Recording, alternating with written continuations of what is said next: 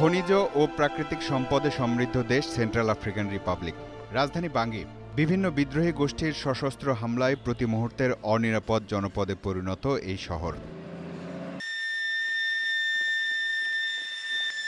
মুখোমুখি অবস্থানে থাকা বিদ্রোহী দলগুলোর একেবারে মাঝখানে অবস্থান জাতিসংঘের শান্তিরক্ষা বাহিনীর। তাই টার্গেটে পরিণত হওয়ার ঘটনাও প্রায় নিয়মিত। কারণ জাতিসংঘের অন্যান্য মিশনের চেয়ে এই মিশনের চরিত্র আলাদা। আমাদের দায়িত্বপূর্ণ এলাকায় 6টি সন্ত্রাসী গ্রুপ তারা কাজ করে। তারা পরস্পরের বিরুদ্ধে বিভিন্ন ধরনের অভিযানের লিপ্ত আছে। এছাড়াও ক্ষেত্র বিশেষে শান্তিরক্ষী বাহিনীর বিরুদ্ধেও তারা যুদ্ধ পরিচালনা করতে কোনো দ্বিধাবোধ করে না। রাজধানী বাঙ্গি থেকে এই সড়ক সরাসরি চলে গেছে ক্যামেরুন সীমান্তে।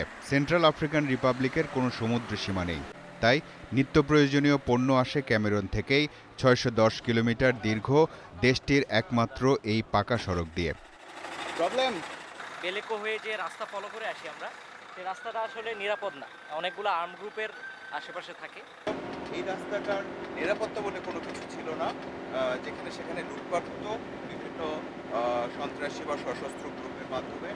বাংলাদেশ সেনাবাহিনী এই দীর্ঘ রাস্তাটার নিরাপত্তা নিশ্চিত করে, বিভিন্ন কনভয় যেগুলো আসে, লরি আসে, সেগুলোর নিরাপত্তা নিশ্চিত করে। মূলত এক্স সেলেকা এবং এন্টি বালাকা নামের দুটি বিদ্রোহী গ্রুপের অবস্থান আফ্রিকান রিপাবলিকের প্রাণ সঞ্চারী এই দীর্ঘ সড়কের দুপাশে। আরও বেশ কিছু সশস্ত্র বাহিনী আছে তাদের ছত্রছায়ায়। পাশাপাশি দেশটিতে অস্থিরতা সৃষ্টিতে প্রতিবেশী দেশগুলোর ইন্ধনও আছে।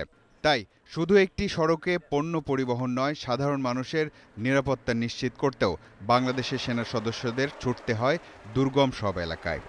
যানবাহনের চাকার উপরে মিশন, বিকজ প্রত্যেকটা জায়গাতে যেতে হলে আমাদের 4 ঘন্টা থেকে 8 ঘন্টা দূরত্ব যানবাহনে কাভার করতে হয়। এইসব প্রতিকূলতার মধ্যে শান্তিরক্ষী বাহিনীর নিরাপত্তাও পড়ে ঝুঁকির মুখে। কখনো কখনো ভিন দেশে ভিন্ন প্রতিকূলতায় জীবনও চলে যায় শান্তিরক্ষায় নিয়োজিত কারো কারো। এর পূর্বে যে ব্যাটালিয়ন ছিল সেখানে আমাদের বেশ কয়েকজন সেনা সদস্য তারা ফায়ারের মুখোমুখি হয়েছিল এবং একজন মারা গিয়েছিল।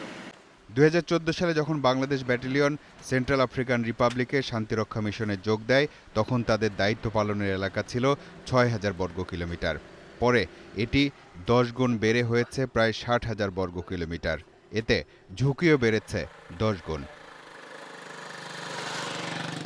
Manjurul Karim, Independent News, Central African Republic.